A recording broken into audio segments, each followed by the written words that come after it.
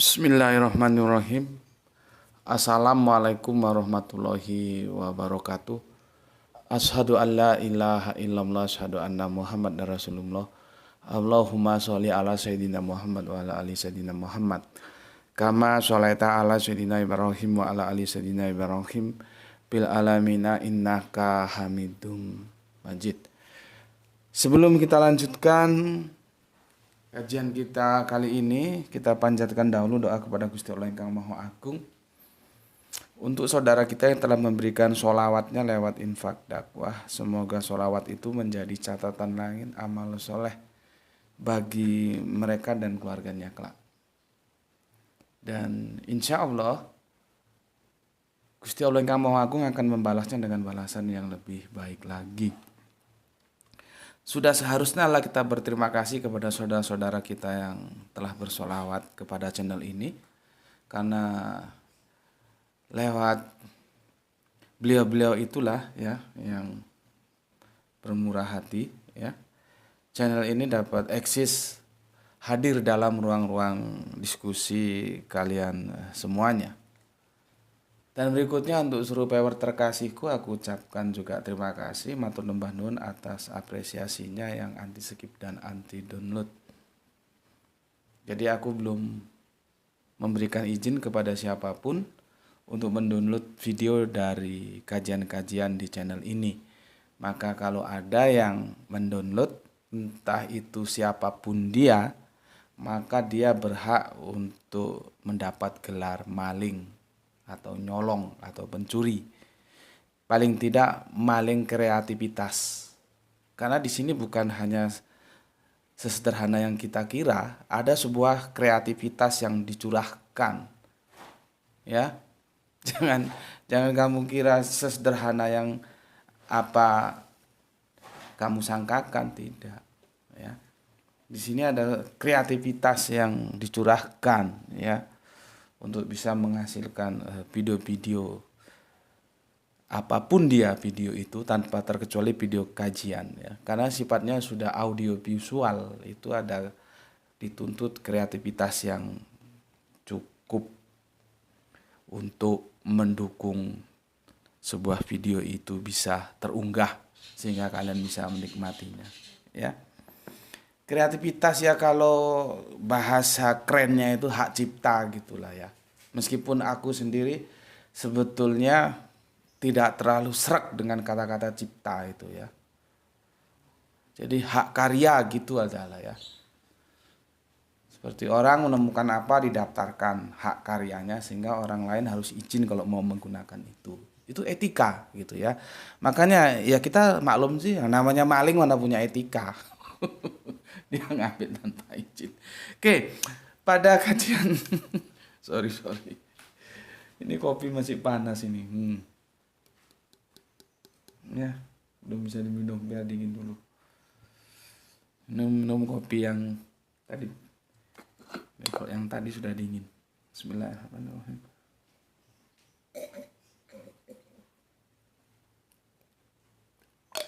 Biar nggak mubazir. Nggak salah deh. Ya, oke.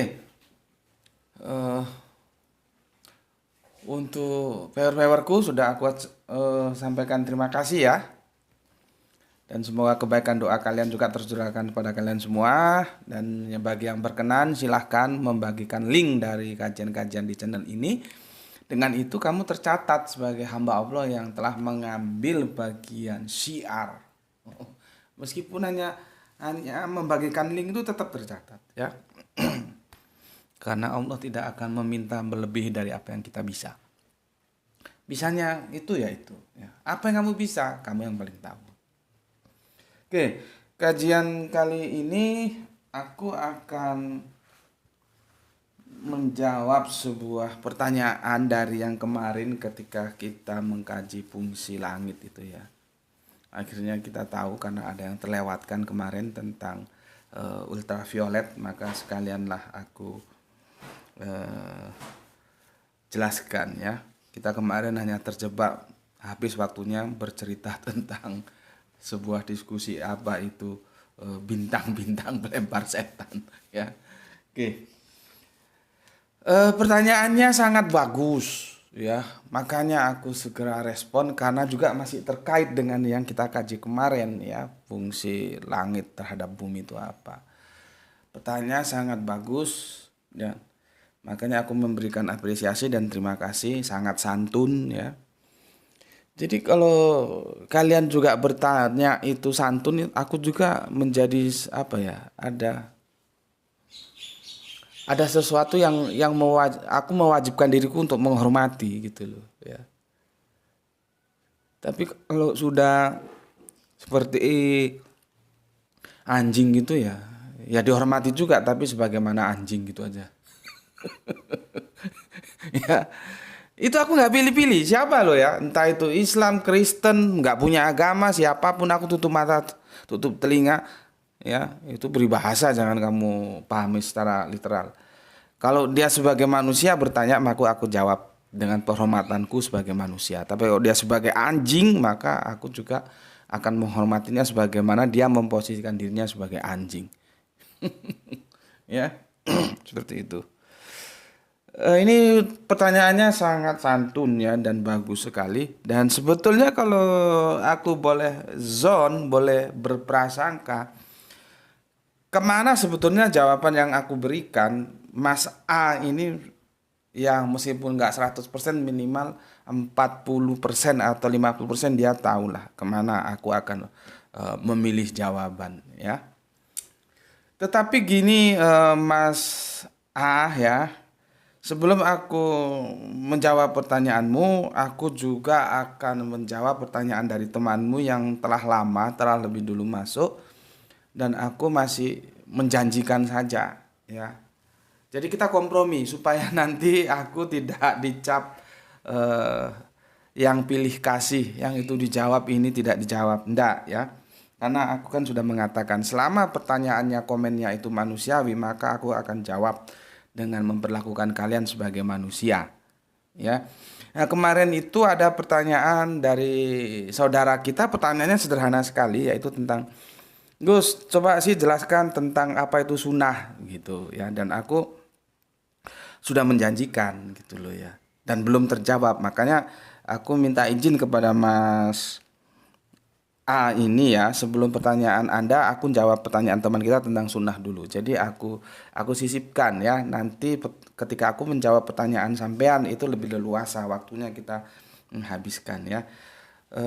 Tentang sunnah yang ditanyakan oleh teman kita ini, dia lebih dulu masuk ya. Nanti kalau nggak aku jawab, aku bilang wah ini gue seperti pilih kasih gitu kan, nggak enak juga ya. Padahal aku akan memberikan kesempatan yang bersama kepada semuanya, viewer-viewer yang masuk, yang berkomentar, sama lah, nggak ada pilih kasih, pilih apa juga nggak ada. Semua kalian adalah teman-teman diskusi terbaikku, gitu, ya.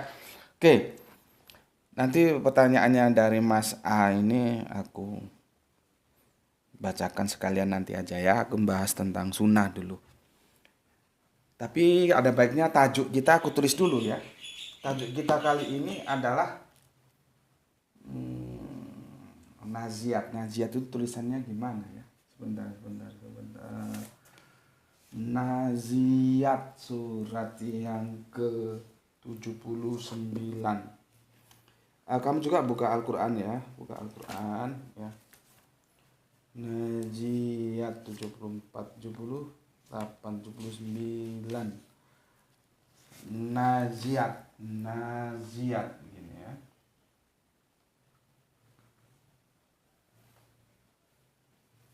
Nah,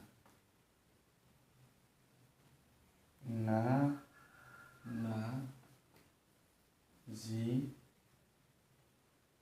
a antara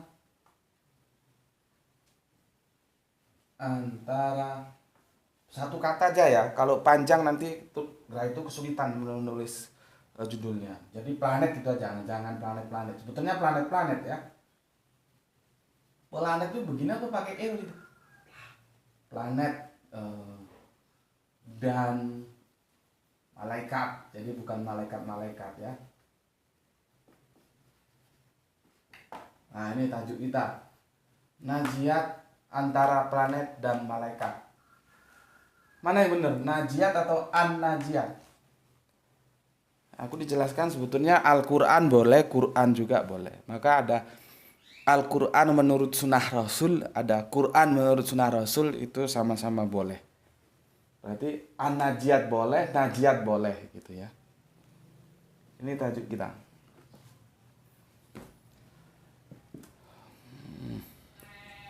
Oke. Aku jelaskan sunnah dulu ya. Sunnah. Nanti kalau nggak jelaskan teman kita nanti komplain ke aku nggak bisa jawab, nanti aku kandung janji ya.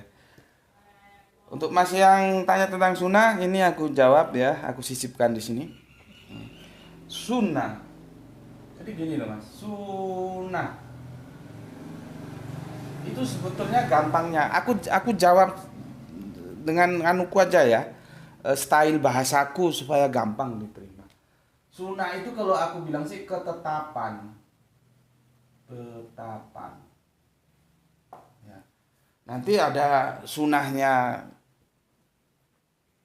Kanjeng Nabi, ada sunnahnya Gusti Allah nanti. Jadi Gusti Allah itu juga punya sunnah. Ya. Ketetapan, ya. Gampangnya seperti ini. Sunnah itu ketetapan. Nah, nanti ada yang mengklaim ahli sunnah wal jamaah. Nanti aku mengklaim aku ahli bid'ah wal jamaah. Ya, repot sekarang saling main klaim. Ahli sunnah yang nggak seperti dia disebut bid'ah.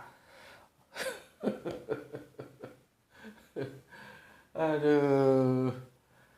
Ya, sunnah itu gampangnya aku bilang itu ketetapan ya, ketetapan. Nanti ini dibagi lagi ya. Ada khaul tulisannya gimana ya? Khaul ada fi'liyah atau fi'il. Fi ya apa tulisannya? Inilah repotnya nggak bisa nulis Arabiun ini. Ya, karena ketika aku transfer Arabiun ke Latin belum tentu benar tulisannya. Yang penting kamu ngerti lah ya. Dan kamu harus lebih ngerti lagi bahwa aku nggak bisa nulis Arabiun. Ya, aku menawarkan logika berpikirnya saja ya. Nanti kalau Arabiunnya kamu, aku sama Gerai itu aja kalah kok. Kalian lebih pintar lah dari aku tentang Arabiun ya. Ini fi'liyah gitu ya. Ini yang di khaul, ucapan. Ucapannya. Kan ada Robi srohli sodri waya sirli amli wah dul aja apa? Wahdul terus ukdotamili saniap kauli. Ya. Itu juga banyak yang disalahpahami tentang itu. Jadi katanya kan setiap kiai mau kiai top, mau kiai kelas desa, kelas kota, kelas YouTube, kelas tetek bengek kalau mau ceramah. Ya udah dia pertamanya deh. Robi sohli wayasirli amri wahdul ukhdotaniat kauli gitu. Nggak ngerti urusannya dia baca itu untuk apa baca itu. Karena dongeng sudah masuk ke otaknya dan itu larut dalam jiwanya sehingga dia terima sebagai kebenaran. Kanjeng Nabi Musa dikasih roti, dikasih api, yang dimakan api, terus ditelan jadi ilatnya mengkeret, gak iso ngomong, gak bisa bilang. Jadi dia berdoa semoga ilatnya bisa bilang. Itu kan dongeng. Itu menarik. Kapan-kapan kita bahas ya. Ya, kalau ayatnya itu benar tapi orangnya itu memahaminya dengan dongeng.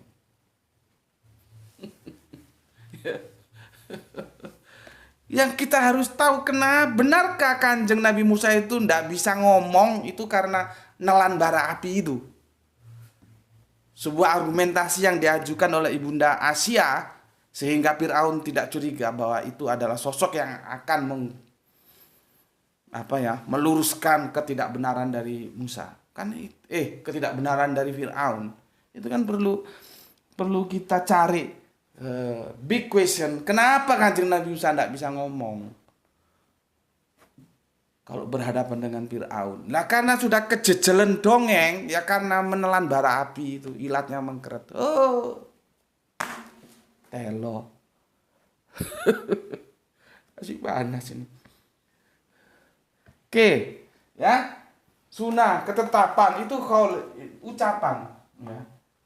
Atau ucapan itu verbal, ya, verbal. Dan aku berulang kali mengalami kekerasan verbal.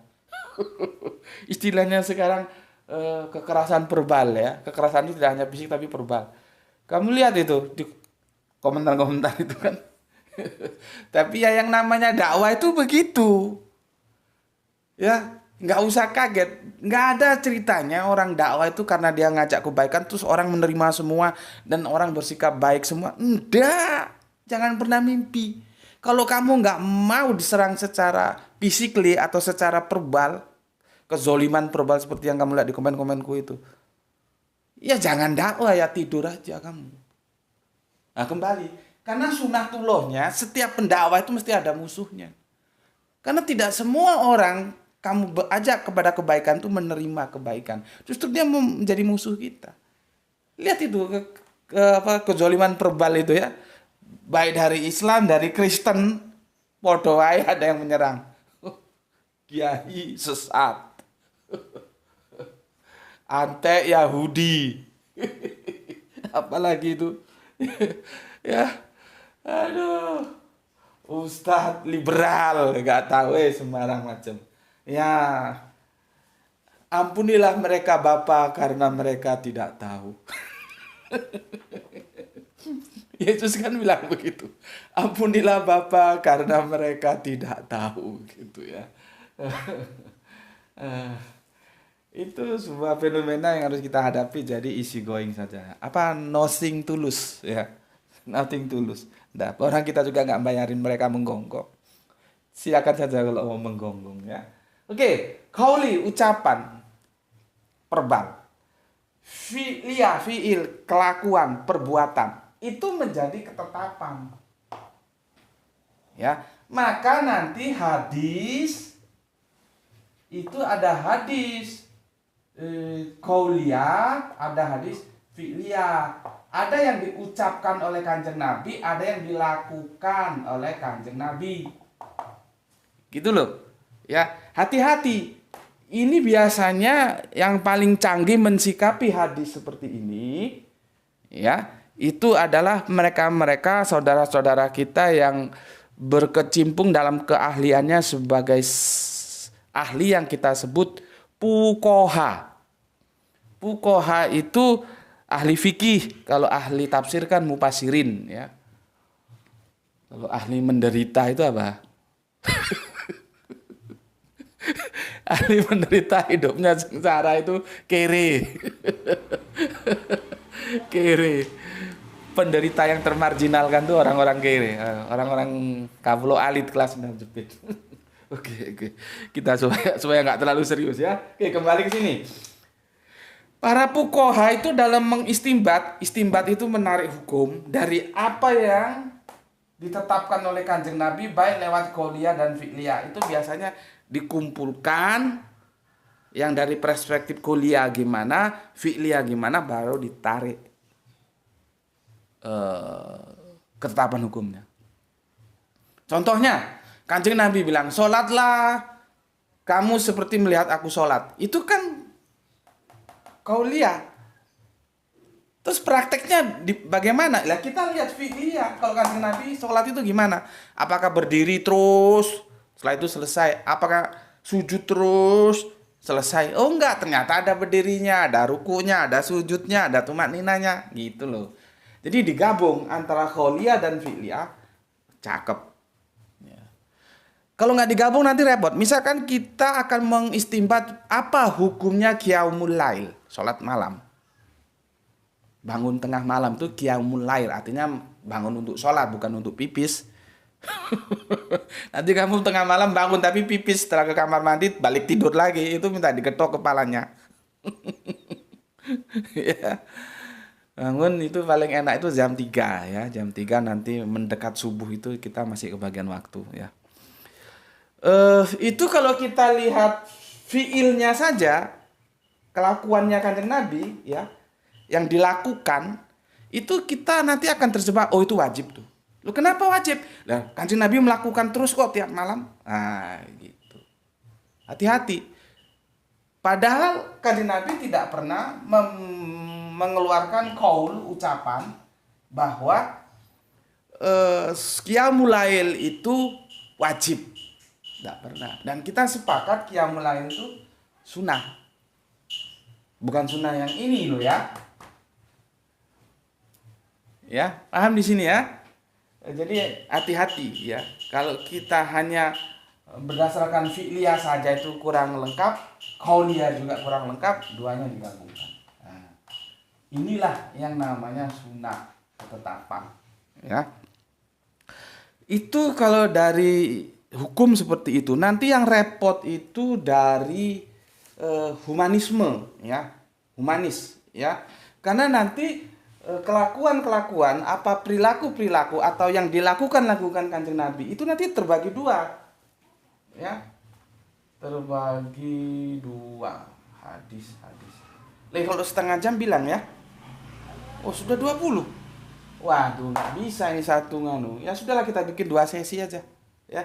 Nanti kalau sudah 30 kasih tahu ya. Ini sudah 20 menit. Akhirnya kita jelaskan sunnah. Nggak apa-apa ya, terlanjur gini. Apa ini kita kasih judul sendiri gimana? Enggak ya. Sudah begini ya, sudahlah, familiar aja. Ayo kok familiar. Natural aja ya. Bismillahirrahmanirrahim.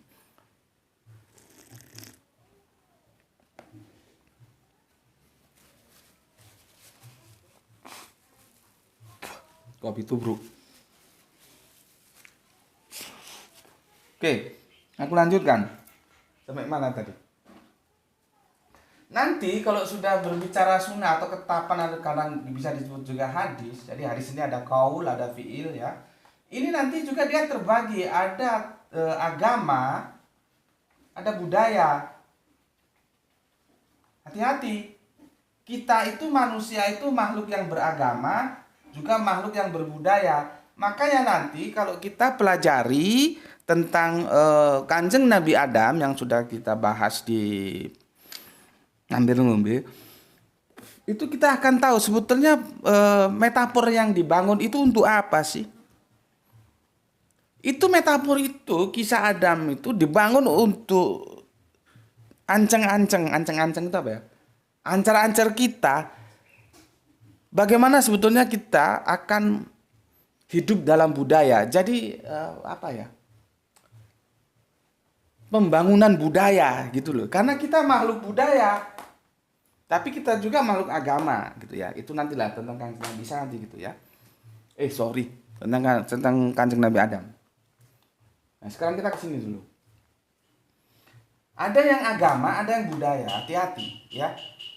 Hati-hati. Kalau kita nggak tahu mana agama, ada mana budaya, repot. Karena nggak semua yang datang dari Kanjeng Nabi itu agama. Ada yang datang dari Kanjeng Nabi itu budaya. Karena Nabi seperti yang aku bilang, diskusi kami yang bersama teman-teman terakhir bersama almarhum Gus Fanani, semoga Allah merahmati dalam tidur panjangnya ya. Kami sepakat bahwa Kanjeng Nabi Muhammad secara budaya itu ya Arab. Tapi kami tidak menemukan kesepakatan apakah Kanjeng Nabi Musa secara Kanjeng Nabi Muhammad ya. Kebalik-balik ini karena belum ngopinya masih panas. Kanjeng Nabi Muhammad itu secara budaya kami sudah bersepakat Arab karena dia hidup dalam lingkungan komunitas Arab. Tapi apakah Kanjeng Nabi Muhammad secara genetika bisa diklaim Arab? Nah, itu masih berdebat kami. Karena garis itu diambil dari laki-laki. Kalau dia dinisbahkan kepada Kanjeng Nabi Ibrahim, nanti larinya itu ke Babylon gitu loh ya. Oke, kembali ke sini. Sekarang apakah yang dilakukan Kanjeng Nabi Muhammad itu budaya atau agama? Nah, itu hati-hati. Kalau budaya itu kita boleh pakai, boleh enggak. Boleh pakai, boleh enggak. Karena kita sendiri sudah punya budaya. Kalau yang agama itu yang harus pakai, harus diambil. Ya. Penjelasan ini ada bagus itu dijelaskan dengan Pak yang dulu imam masjidnya Istiqlal, Pak Yakob ya. Pak Yakob itu ada videonya, dia bagus menjelaskan antara agama dan budaya. Makanya hadis tentang tasabuh ya, meniru kaum lain itu juga diperdebatkan apakah sahih atau tidak. Terus meniru itu meniru seperti apa? Ya. Cuma kan kita kadang-kadang ayat itu dibikin peluru untuk menghajar siapa saja yang tidak pikirnya beda dengan dia ya. Padahal dia sendiri tidak tahu itu sebetulnya ayat dalam hadis itu ya, itu sahih atau tidak itu masih diperdebatkan. Kalaupun memang sahih itu kita harus rinci lagi. Yang nggak boleh ditiru itu yang mana, yang menyamai kaum lain ya. Oke. Sebagai contoh ya, kalau agama itu dia universal, berlaku dimanapun. Tapi kalau sudah budaya itu dia lokal. Budaya itu terikat dengan lokalitas. Dan kita tidak bisa menyamakan antara universal dan lokal. Contohnya begini, aku punya teman pendeta dulu, kami ngobrol di salah satu hotel, kami berteman baik ya. Dia Kristennya Arab. Jadi kiblatnya Syria, bukan yang Lebanon, yang Syria, ini yang Syria. Pada waktu itu kami sudah janjian dan ketika dia sama keluarganya ada acara nginap di hotel sini di Batu, aku diundang dan kami ngobrol bersama gitu. Dia mengeluh dan aku tersenyum, aku nggak bisa menjawab. Atau aku biarkan ngambang aja lah gitu. Jadi dia protes gini. Jadi ceritanya begini, Pak, kami ini waktu di Trenggalek itu kebaktian desa. Ya kami ini bukan Kristen Barat, Pak. Kami ini Kristen Timur. Ya kami pakai gamis seperti ini. Gitu loh. Ya. Tiba-tiba ketika masyarakat sana tahu, ya ternyata yang pakai gamis itu bukan orang Islam, orang Kristen. Itu jadi urusan sampai ke tingkat desa katanya, sampai ke kepala desa. Ya, sampai ke kepala desa. Jadi urusannya panjang katanya. Yang seharusnya itu bisa dimaklumi, bisa dipahami, jadinya konsentrasi teman-teman Kristen kita yang ortodok itu jadi terpecah. Ya mungkin kan ditanya dulu di mana prosesnya, ceritanya gimana di kelurahan kan gitu. Ya kalau aku bilang sih sebetulnya ini sama-sama kesalahan bersama. Kesalahan bersama. Kesalahan kita sudah membuat stereotip bahwa apa-apa yang datang dari Arab itu mesti Islam. Nah, itu masalahnya. Padahal tidak. Arab itu budaya, Islam itu agama. Islam itu dari Allah. Lah budaya Arab ya dari Arab sana. Kacaunya kita dalam proses antropologis kesejarahan Islam dan Nusantara ini, kita sudah melakukan stereotip setiap yang datang dari Arab itu Islam. Nah, itu masalahnya. Ya, itu masalahnya. Ya. Sehingga pakaian jubah itu ya di sana maupun Abu Jahal ya pakaiannya begitu, dia orang Arab kok. Abu Jahal tuh pakaiannya ya begitu karena dia orang Arab gitu loh. Cuman ketika masuk ke sini ya, kalau sudah pakai begitu, ini Islamnya kental ini. Belum tentu. Masyarakat kita yang di Trenggalek itu terjebak itu ya. Terjebak itu, loh, ini ternyata orang Kristen toh. Ya. Loh, bagaimana ini? Apa nyamar atau gimana ini? Orang Kristen kok pakai jubah? Nah, kan jadi repot. Itu sisi lain kesalahan kita yang itu seperti apa yang diterima oleh saudara-saudara kita yang di Trenggalek. Tapi Pak pendetanya juga salah. Sebetulnya sama-sama salah. Salahnya di mana? Pak pendeta harus paham ya bahwa hal-hal teologis ya itu nanti Kalau sudah dipahami masuk dalam budaya, itu menjadi lokalitas dia. Nah, udah setengah jam ini. Sepertinya ini tersendiri ya. Nanti kita bikin judul sendiri atau gimana lah ya. Oke, mengalir aja lah ya. Kalau sudah masuk ke dalam hal budaya, dia menjadi lokalitas. Artinya apa? Lokal itu menentukan, Mbak Pendeta, gitu. Anda memang benar mengatakan kami ini Kristen Ortodok. Perspektif kami Kristen Arab, bukan Kristen Barat. Ya kami ya begini ya, kitab suci kami ya ditulis dalam huruf-huruf Arab. Anda tidak salah, Pak Pendeta. Tapi ketika masuk ke ranah budaya, itu sudah beda. Ada yang tidak paham bahwa di sini terjadi stereotip antara Arab dan Islam. Gitu loh. Seperti kata Aba, ya. Abu Jahal itu dipanggil sama keluarganya, anak-anaknya ya Aba. Kata Nabi Muhammad ya Aba. Orang itu orang Arab, bahasa Arab. Ya. Sama-sama Aba, ya. Kalau kita tulis tekstualnya itu sama. Tapi konteksnya kalau sudah masuk budaya itu beda. Di sana itu setiap bapak itu ya dipanggil Aba. Kalau di Indonesia enggak bisa. Orang yang dipanggil Aba, orang yang dipanggil Umi, ini nanti aku akan cerita tentang Umi ini supaya istriku tahu, ya. Itu enggak sama nilainya dengan Umi dan Aba yang ada di Arab sana. Gitu loh. Jadi lokalitas itu mempengaruhi ketika yang agama yang universal itu ya nanti akan bersentuhan dengan budaya yang lokalitas itu harus ada permakluman gitu loh. Jadi kalau misalkan kita potret kasus ini ya sebetulnya sama-sama ketidakmengertian bersama, ya sudahlah yang rukun aja gitu. Kalau aku bilang ya, cuman pada saat itu nggak aku jelaskan begini karena nggak enak kan, kita lagi acaranya lagi nyantai ngopi-ngopi bareng, nanti terus diskusi ini terlalu masuk ke akademisnya, nggak enak ya, biar yang santai biar santai gitu. Aku hanya senyum pada saat itu ya. Contoh gampang lagi, seorang tokoh kita, semoga Allah merahmatinya ya, Pak Adjumadi Ashar ya.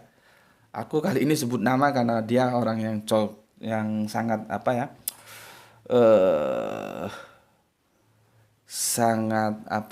cara pandangnya itu bagus ya. Meskipun aku belum tentu semua setuju, tapi ya lumayan bagus lah ya. Jadi bisa untuk panutan gitu maksudku. Beliaunya itu pernah diprotes waktu pergi ke Mesir atau ke Saudi Arabia, aku lupa. Yang jelas ke Barat Tengah sana. Ingat ya, kalau aku bilang bukan Timur Tengah, Barat Tengah. Ini yang senior-senior sudah tahu, yang junior tuh mungkin masih goblok. Timur Tengah itu kalau kamu lihat dari Inggris. Kalau kita lihat dari Indonesia, Barat Tengah. Kamu secara budaya jangan mau ditindas sama orang Inggris. Ya biar orang Inggris jemput Timur Tengah, kita sebut Barat Tengah. Karena geografis kita di sini, ya. Nah ini perang budaya. Bismillahirrahmanirrahim. Oke, pada waktu itu beliaunya itu dikomplain sama orang-orang, entah orang Mesir, entah orang Arab, pokoknya di Barat Tengah sana lah ya. Karena Pak Azumadi itu pakai baju batik, ada mungkin anunya coraknya itu apa, bunga-bunga atau apa atau gimana gitulah ya. Nah itu bagi kita orang Indonesia tidak masalah, tapi bagi orang Barat Tengah yang nggak tahu budaya kita masalah. Setelah usut punya usut, akhirnya beliaunya tahu, oh duduk permasalahannya itu di sini toh. Karena menurut orang-orang Barat Tengah itu batik itu identik dengan wanita. Dikirain itu lukisan bunga-bunga dan bunga itu wanita, laki-laki nggak boleh pakai baju batik gitu loh ya. Ya ikut tadi contohnya, karena sudah terikat budaya. Ya. Seperti Pak Pendeta tadi itu, di sini sudah terikat budaya yang namanya orang itu menjadi stereotip antara Arab dan Islam, kacaunya di situ. Jadi ya sudahlah, tapi kan pada saat itu akhirnya bisa saling dimengerti kok ya gitu. Oke, itu tentang budaya ya, tentang agama dan budaya akhirnya seperti ini gitu. Belum lagi ini kalau kita kontekskan dengan budaya, nanti kita kontekskan dengan teknologi, nanti kacau lagi nanti. Cuman yang dikasih tahu nggak tahu. Aku punya teman ini. Apa itu? Kayu yang disogok-sogok itu apa namanya? Siwak. Aku sudah jelaskan kenapa dulu Nabi kok pakai siwak. Ya. Ya karena pada zaman dulu tuh teknologi yang namanya pasta gigi, namanya sikat gigi belum ditemukan. Karena sekarang zaman sudah modern kok masih pakai siwak. Nanti alasannya dikasih tahu ya macam-macam. Ada keberkahan opo. Itu pesan yang ada itu sebetulnya Kanjeng Nabi itu mengajarkan kita, hei umat Islam, pengikut-pengikutku, jaga kebersihan mulutmu. Gitu loh. Intinya itu menjaga kebersihan. Ya karena dulu teknologi belum diketemukannya pasta gigi, belum ditemukannya sikat gigi, ya pakai siwak itu. Lah kok sekarang zaman sudah modern tetap dipakai. Kok dikasih tahu ya ndablek wae. Tapi ya sudahlah, pilihan orang masing-masing. Kalau aku aneh aja gitu. Ya. Aneh aja karena sekarang budaya sudah berubah. Sejak zaman kebangkitan teknologi, kehidupan kita kan budayanya sudah berubah, ditemukan sabun mandi, diketemukan pasta gigi gitu. Jadi kenapa dulu Kanjeng Nabi pakai siwak? Karena budaya teknologinya belum ketemu. Kan itu gampang, cuman sekarang dikasih tahu, aduh. Kan ribet sih bawa gini-gini. Tapi katanya dia nggak ribet, ya sudahlah, kita hormati aja. Cuman aku men-trigger kalian berpikirlah rasional gitu ya. Yang dimaksudkan Kanjeng Nabi itu, gigimu itu bersihkan kan, karena bau mulut juga ndak enak gitu. Masalah siwak itu hanya alat. Kenapa pakai siwak? Dulu belum diketemukan Pepsodent. Sorry. Aku ngomong merek padahal aku bukan bintang iklan. Ditemukan siwak, sekalian lah ya.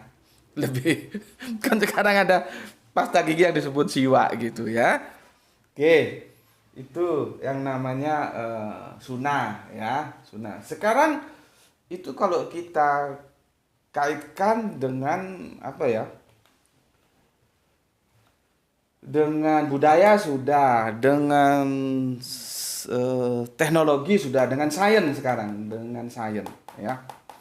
Kalau dengan sains itu lebih enaknya aku menjelaskan ketika sunnah itu dikaitkan dengan Gusti Allah, ini dengan Nabi ya. Iya, aku hapus begini. Aku hapus. Sama aja sih ketetapan ya. Ketetapan ya. Tapi ini sekarang sunnah. Ini dia. Sunnah plus Allah. Maka kita nyebutnya sunatullah. Ini ya sama aja, ketetapan Allah. Sunatullah ini kalau dibawa ke sains itu disebutnya hukum alam. Hukum alam ini bersifat besi, dia nggak mau kompromi maksudnya.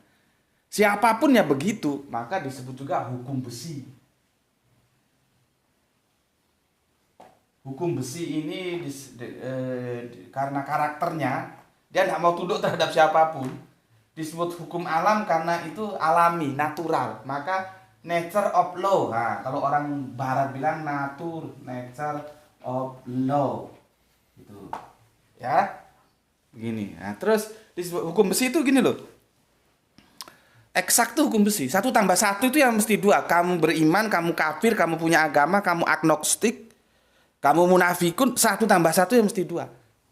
Itu hukum besi itu, dia nggak mau kompromi. Nggak kamu Islam 1 tambah 1 2. Nanti kalau kamu Kristen 1 tambah 1 tambah 1 1 gitu. Nggak begitu. Ya. 1 tambah 1 tambah 1, siapapun dia ya 3. Mau kamu Islam, Kristen, punya agama, nggak punya agama, kadang-kadang beragama, kadang-kadang tidak, lihat akhirnya agnotisme, mau apapun latar belakangmu, dia nggak mau peduli. Satu tambah satu, ya, satu plus satu, dia nggak lihat agamamu, mesti tiga. Tuh, itu kalau dihitung-hitungan. Terus kalau di eksak, nih ya, contoh gampangnya begini, nih ya, nah ini, ya, aku kasih lagi, ini, ya, benda jatuh ke bawah, aku Islam ini ya, megang ini, jatuhnya ke bawah. Nanti datang Kristen, megang, dia jatuh ke bawah. Hindu, jatuh ke bawah. Terus apa lagi? Buddha, jatuh ke bawah. Nah ini ada yang gaya-gaya ini. Gue ini agnotisme, nggak punya agama. Yang penting gue percaya Tuhan itu ada. Dia pegang. Ya tetap jatuhnya ke bawah. Itu sudah sunatullah. Allah sudah tetapkan seperti itu sebagai kodar, ketetapan. Seperti itu. Dia nggak melihat siapa yang melakukannya, nggak dilihat. Makanya kalau kita membidik agama itu memang lebih enak kita saling keluar. Yang Islam keluar dari Islam, yang Kristen keluar dari Kristen. Ayo agama ini kita hakimi berdasarkan sunatullah ini tadi. Hukum alam, nature of law. Aku pernah dikritik ngomong gini sama saudaraku sendiri. Ya. Karena aku waktu itu aku dalam terlibat diskusi dengan teman dari Kristen Baruk Ministry. Itu juga barat tidak dia pakai, yang dia pakai timur. Jadi Kristen timur cuman bukan Syria tapi Lebanon. Waktu itu di Bali kita debatnya di hotel sana. Dan spektakuler karena baru saja terjadi peristiwa kemanusiaan di Bali itu ya, yang berapa turis mati itu. Ya, karena berhubungan dengan keamanan sebuah negara superpower ya. Terus kita gelar di sana, waduh itu keamanannya ketat banget. Tapi alhamdulillah akhirnya bisa kita gelar dan sampai selesai. Dan itu menarik karena waktu aku diskusi dengan teman-teman dari Baruk Ministry itu penontonnya itu banyak yang Kristen. Itu menarik ya. Karena biasanya kalau kita diskusi itu justru banyak yang Islam. Itu banyak yang Kristen. Itu salah satu yang menarik. Menarik keduanya, Kristen dari berbagai denominasi. Ya. Kristen itu kan nanti kan bagiannya banyak lagi itu. Nah, itu datang. Dan alhamdulillah kita laksanakan akhirnya baik meskipun intel-intel pada tanya semua dan capek jawabnya.